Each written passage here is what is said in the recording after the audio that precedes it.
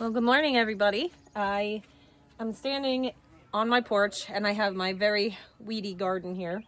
A lot of dandelions, and I just kind of like let them go until I'm ready to plant because it helps the bees and the pollinators and everything. But I thought I would pop on here today. I have my latte. It's a new tradition that I'm starting every day, hopefully. We'll talk about that in a minute, but I started to plant some things out, so I kind of just wanted to like bring you around and show you what I've done, because if you can see in the background, there's been a lot of stuff happening since I talked to you guys last. I've been working my little butt off, so let me adjust this tripod and then we'll talk.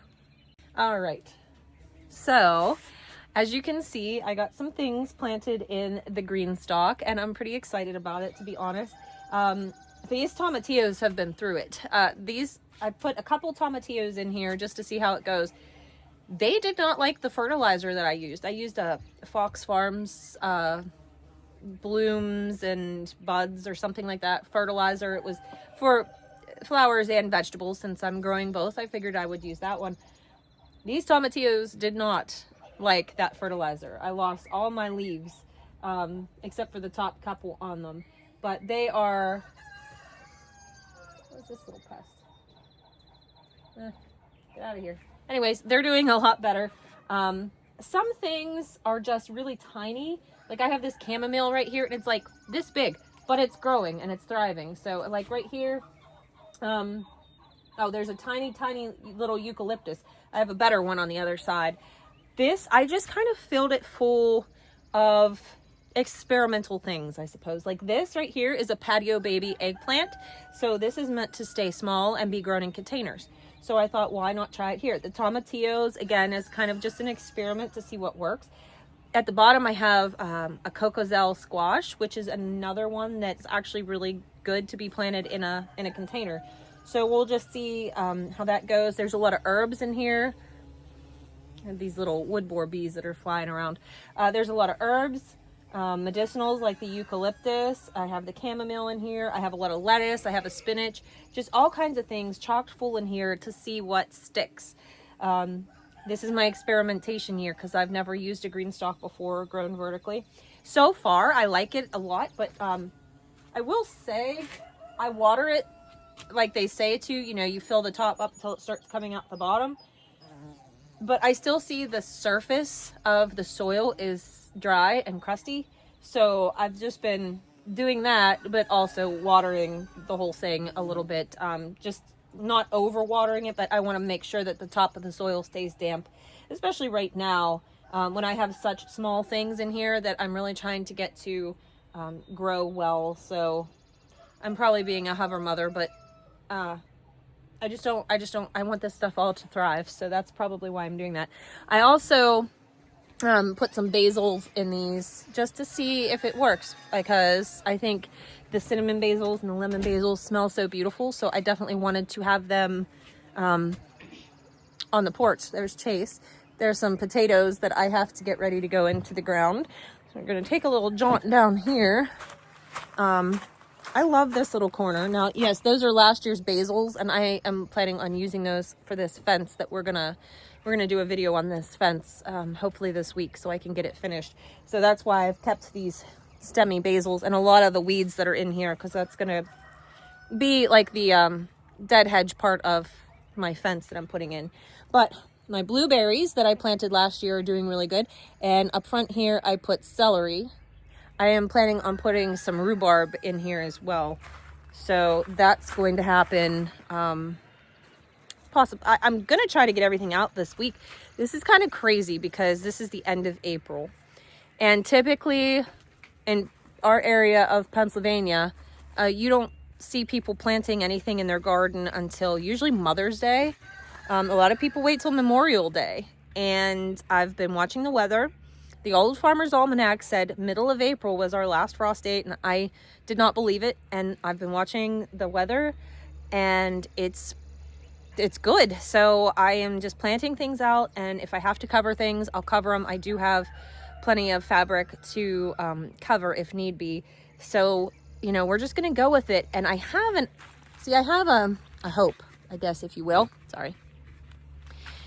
Every year And I garden organically, so I don't want to use pesticides or anything like that. And every year I struggle with flea beetles, and I struggle with, oh my gosh, hornworms. And the worst one though is the, you're gonna fall,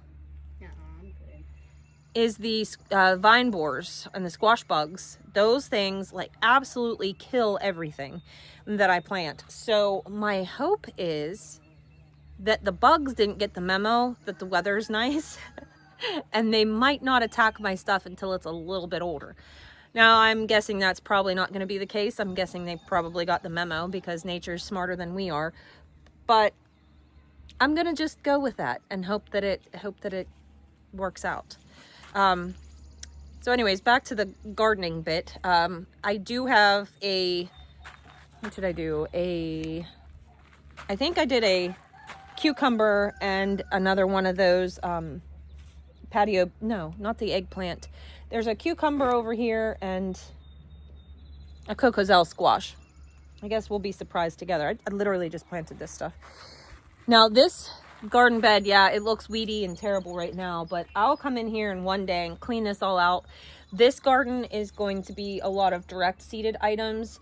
I think I'm going to be doing a lot of squash and melons in here because it's a bit more protected. But I also have cabbage and cauliflower and broccoli I want to put in here. And just because it's going to be super easy to cover these beds. So that's why I'm just keeping it kind of close to the house where I can keep an eye on it. Okay. This garden here, my Protege garden, is also getting an overhaul, as you can see with the piles of compost that I've brought up here. I need to bring up a little bit more, but there's some exciting things coming up, so I'll show you that. But also, here's some of my tomatoes. These are going to go in the high tunnel this weekend, and I have a bunch of cosmos, and these are also cosmos.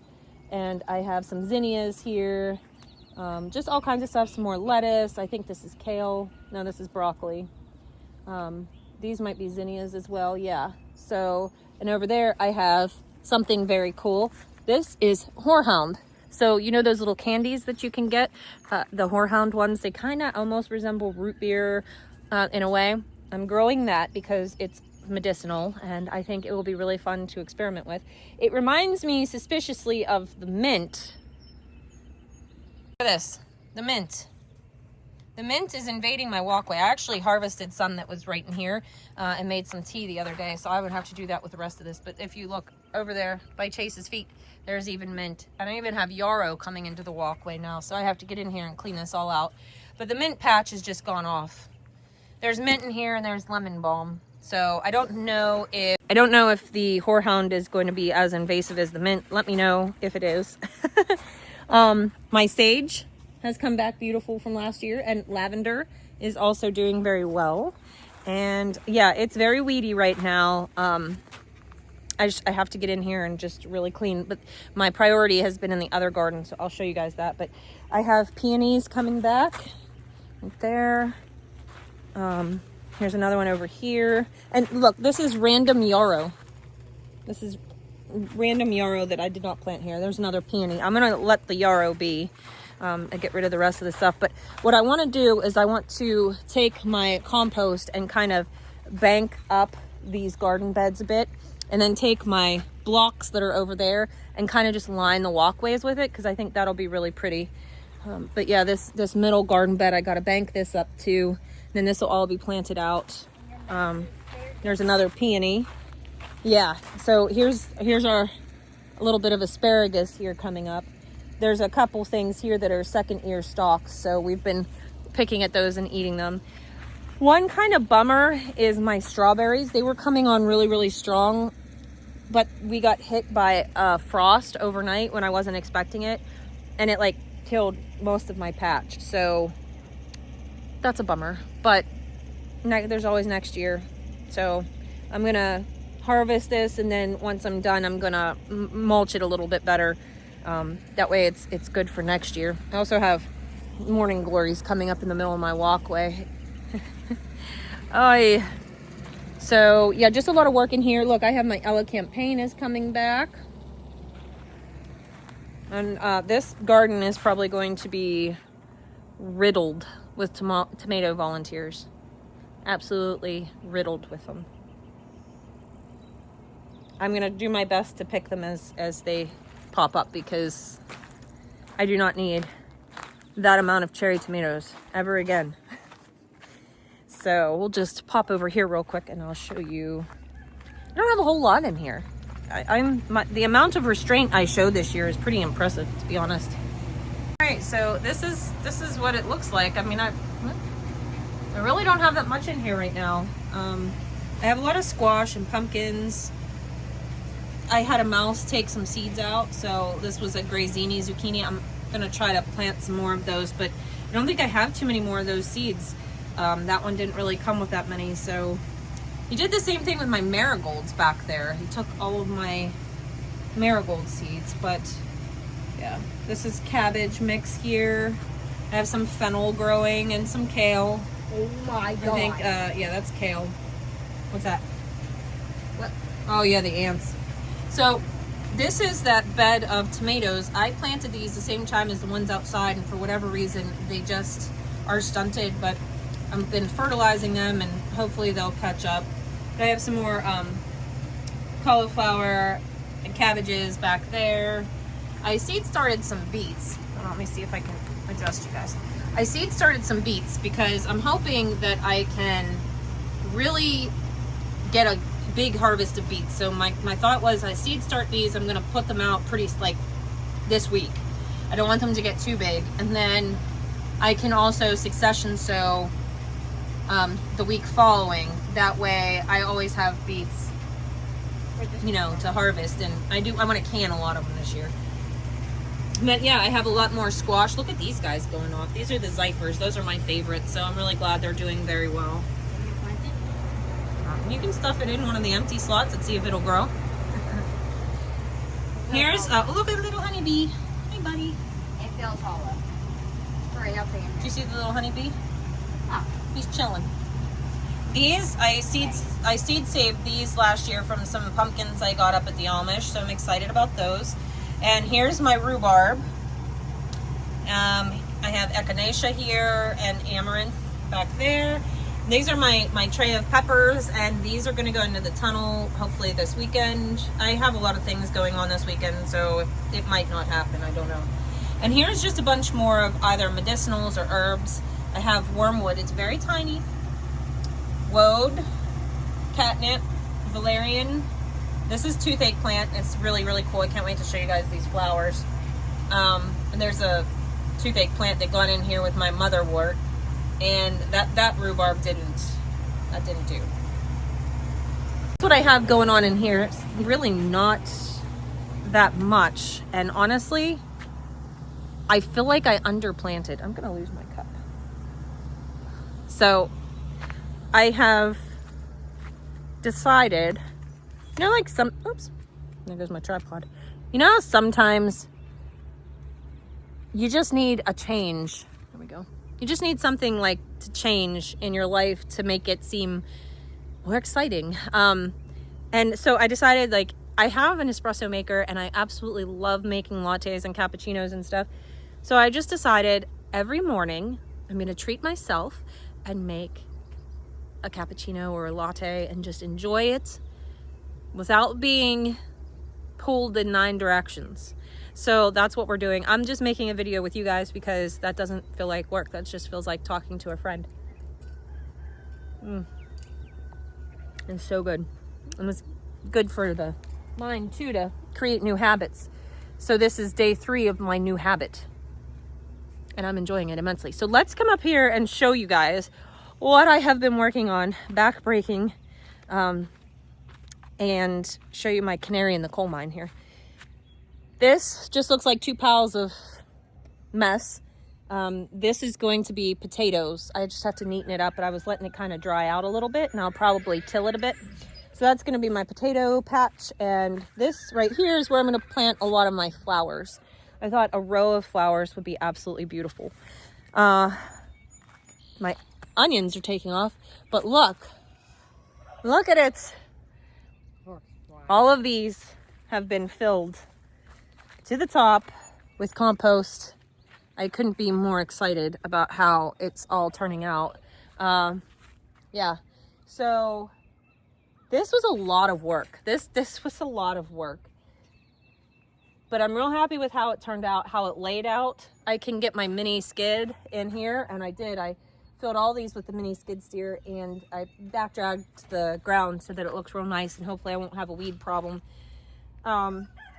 This is what I've been doing all week. I've got a nice farmer's tan going on, nice tank top tan. So these are all filled with compost that has been aging on my manure pile. This is literally just hay, various species of manure, you know, that type of thing. There's some wood chips that have been worked into here. It's all been back there aging. Some of it, like some of the hay is newer, but you know, it's stuff that I had here on hand, and I'm really sure that it's going to, oh, there we go. That's better. I'm pretty sure this is going to be better than, you know, what I could have probably purchased. So I'm going with it, but just to be on the safe side, I have implemented my canary in the coal mine situation. So my kids looked at me and they were like, what are you talking about? And I said, back a long time ago, they would take a canary in a bird cage and they would put it down into the mines, and they would leave them down there for a while. And when they pulled the cage back up, if the canary was alive, then they knew the air was safe to breathe. Where if the canary was dead, they knew that the air was toxic and it was no good. They couldn't go down there. So I have planted in various planters, that one there, and over here, these guys, a couple of them, and I want to put a couple more test plants over here. I might plant beans. Beans are a good test, just to make sure that this soil isn't going to damage all of my plants. So far, so good. I'll show you my basils over here. Can you keep an eye on him for a second? Yeah. So I've had these in here for a couple days, and aside from a little bit of shock maybe from coming outside, these basils look really, really good. So I have cinnamon basil and I have lemon basil, and they look really, whoop, the ground's a little uneven. They look really good. So I feel like that's my green light to go ahead and plant. Now there's a couple other beds here that I need to kind of use my little hand cultivator, kind of break up the chunks a bit. And then I would like to put some, you know, plant a couple beans or something in there just to make sure, because sometimes when you're using compost, it can be a little hot, meaning it hasn't broke down enough and there might be too much acidity or whatever. It hasn't like neutralized, and you don't want to plant all the things that you worked really hard to seed start in there and have them die because they're not right. Now, could I test the soil's pH and all those things? Yeah, I could do that, but it's also just as easy to plop a plant in there, put a couple seeds in, see if they'll grow. So that's what I'm going to do. And actually, I watched a really interesting video from Garden Like a Viking here on YouTube. He did a really great video about how you don't need to test your soils. So I suggest, if you're interested in that, you go check it out, because that was a really good video. Harley's back here. She's giving a very much needed scrub to Cinch, my old guy. He's having a lot of difficulties. Cinch has heaves. He's well into his mid to late 20s at this point.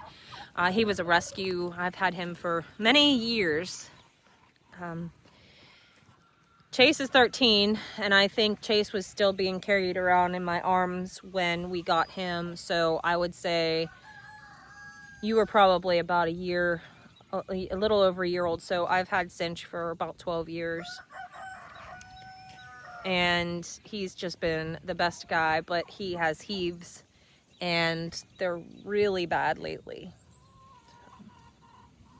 He's not wanting to eat, and he's just constantly breathing heavy. Last night we dosed him up with some steroids and pain relievers and whatnot, and it might help a little bit, but those are things you can't really keep them on. They cause stomach ulcers and whatnot. So I'm just gonna listen to my old man, see what he tells me. He's always been very good at communicating with me, so he'll tell me when he's tired. when he's had enough. But I'm definitely not looking forward to that because he's just been the goodest boy. And I'm lucky to have had him for as many years as I have. I got him from basically it's a place where kill buyers, they'll go to the auction and then they'll drop horses off that they think they might be able to make some money on at this particular barn.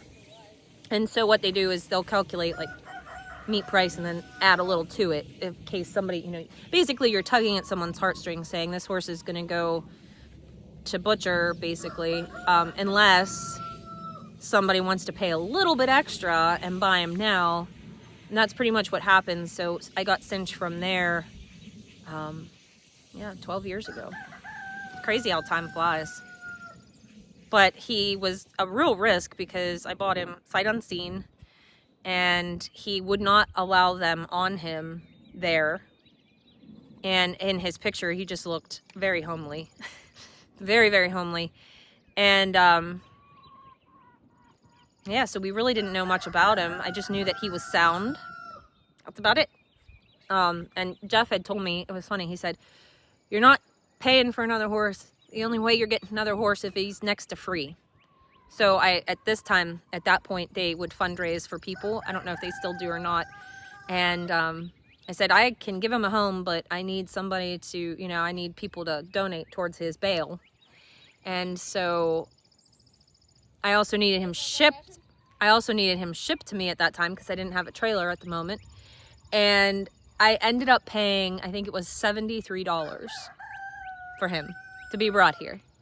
And to pay for his bail and everything. So he's just the coolest horse. We've done a lot of really fun things. We've rodeoed, and I rode him down the highway to the fast food store. We went to Arby's with my friend. That's a good many summers ago at this point. But he just ended up with the heaves, and you can't really do anything about it. You can put him on steroids. I've tried every supplement. I've tried foraging for mullein. And, you know, it just progressively gets worse as they get older. And yeah, so that's where we are. But anyways, yeah. So we're going to walk over here. He's playing with the bucket. Hey, even in his miserable state, he's still a character. He is still a character. Okay, so these are the last 3 beds that we could talk about. And I just kind of topped these off. And I have in the house like a laid out blueprint of what I'm putting in each bed. So, but I just had to get these things all straightened out. I had to get them all filled, and I couldn't even work on the fence until I had these filled because I can't get in and out. I could get my mini in those 2 columns there, but I wouldn't be able to get over here to fill all of these, you know, with the fence up. So that's why I've been really focusing on getting these filled. Now that these are filled, I can start giving the other gardens the attention that they need. Yeah, so I'm pretty excited about it, but that was like, this had to happen sooner than later. And I'm really happy to see that my little canaries are all growing. So nothing's dying. That means I can go ahead and plant. What's that? No. I'll do it, Ken. No. No. She's gonna roll. At least it's not in the mud. I bet you Cinch is gonna roll as soon as I put it. Oh, I'm sure of it. Every time you give a horse a bath and then you turn them back loose, I think it's a necessity. They all roll. That's just part of the process. But yeah, this is hyssop. I have 3 sections of hyssop here. And again, I kind of let it go stemmy because I'm going to use the stems for the dead hedge part of my whimsical fence that I'm building.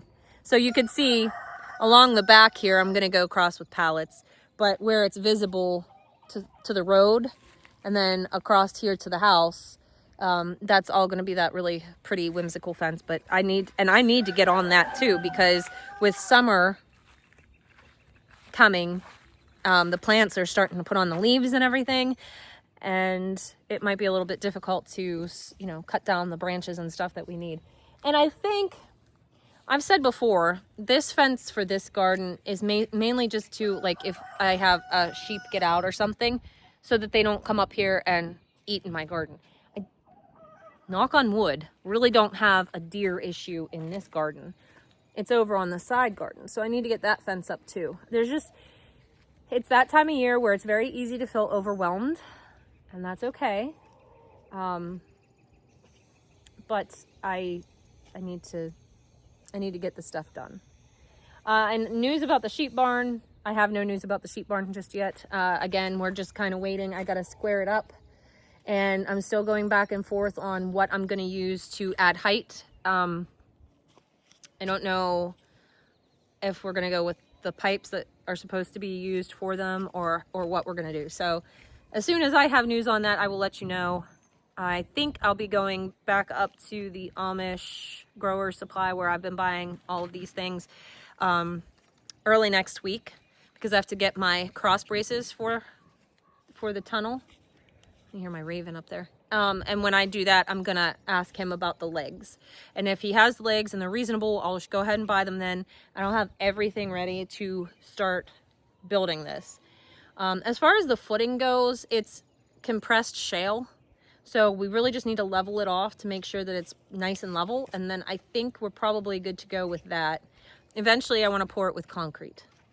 But concrete is extremely expensive. So that's just going to be, you know, the old saying, the only way to eat an elephant is one bite at a time. And that's kind of how that situation is going to be, I think, because it would be excruciatingly expensive to do that whole entire building with concrete floor right off the bat. So, and I like having the dirt or crushed limestone or shale as a base anyways, because it does allow for the urine to kind of filter, so there's no smell.